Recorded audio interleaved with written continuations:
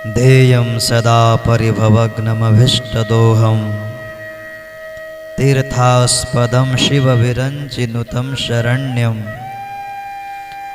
भृत्यार्तिहं प्रणतपालभवाब्धिपोतं वन्दे महापुरुषते चरणारविन्दम् यत्पादपङ्कजपरागनिशैव तृप्ताः योगप्रभावविधुता अखिलकर्मबन्धाः स्वैरं चरन्ति मुनयोऽपि न नह्यमानास्तस्येच्छयात्र वपुषः कुत एव बन्धः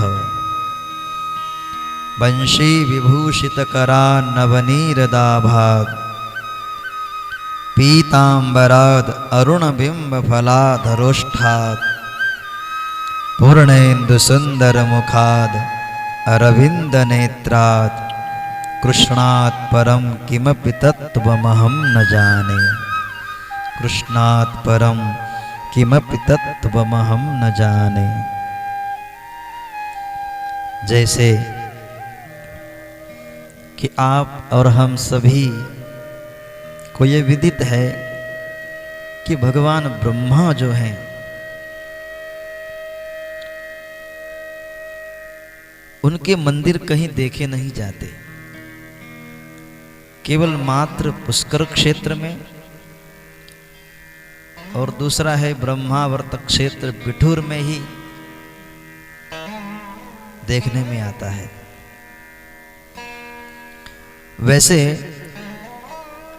अमूर्त उपासना में ब्रह्मा जी की सर्वत्र पूजा होती है और सभी प्रकार के सर्वतोभद्र, लिंगतोभद्र तथा वास्तु आदि चक्रों में उनका मुख्य पूजन में स्थान होता है, पूजन होता है। किंतु मंदिरों के रूप में इनकी पूजा मुख्यतया पुष्कर क्षेत्र अथवा तो बिठूर में देखी जाती है, जो ब्रह्मावर्त क्षेत्र है।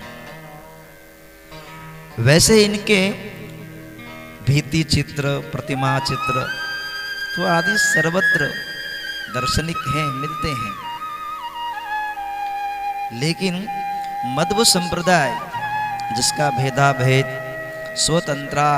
स्वतंत्र तथा द्वैतवाद आदि अनेक नाम हैं। आदि प्रवर्तक आचार्य भगवान ब्रह्मा ही माने गए हैं ये। इसलिए उडुपी आदि मुख्य मध्व पीठों में भी इनकी पूजन जो है बहुत आदर के साथ इनकी आराधना पूजन किया जाता है। प्रतिमा के रूप में तो ब्रह्मा जी की व्यापक पूजा ग्राम ग्राम और नगर नगर में शिव, विष्णु, दुर्गा, राम, कृष्ण, हनुमान आदि के समान कहीं नहीं देखी जाती साहब। यद्यपि इसके कारण और आख्यान भी अनेक प्राप्त होते हैं, तथापि मुख्य कथा कुछ पद्म पुराण के सृष्टि खंड में उसका दर्शन होता है। उसी में यह बात आती है कि पुष्कर के महायज्ञ में जब कभी देवता उपस्थित हो गए और सभी की पूजा आदि के पश्चात हवन की तैयारी होने लगी।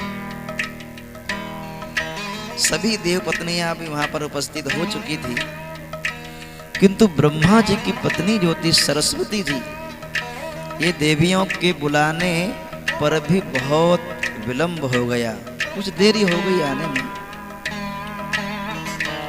तब अपत्निक यज्ञ का विद्वान न होने से, अपत्निक यज्ञ का विधान न होने से यज्ञारंभ में बहुत विलंब हो रहा था। और इस विलंब को देखकर इंद्र आदि देवताओं ने कुछ समय के लिए सावित्री नाम की एक कन्या जो थी, जो सभी सुलक्षणों से संपन्न थी, ब्रह्मा जी के वाम भाग में बैठा दिया और यज्ञ प्रारंभ हो गया। थोड़ी देर के पश्चात माता सरस्वती जी पहुंची। यह सब देख करके बहुत क्रोध में आ गई, आवेश में आ गई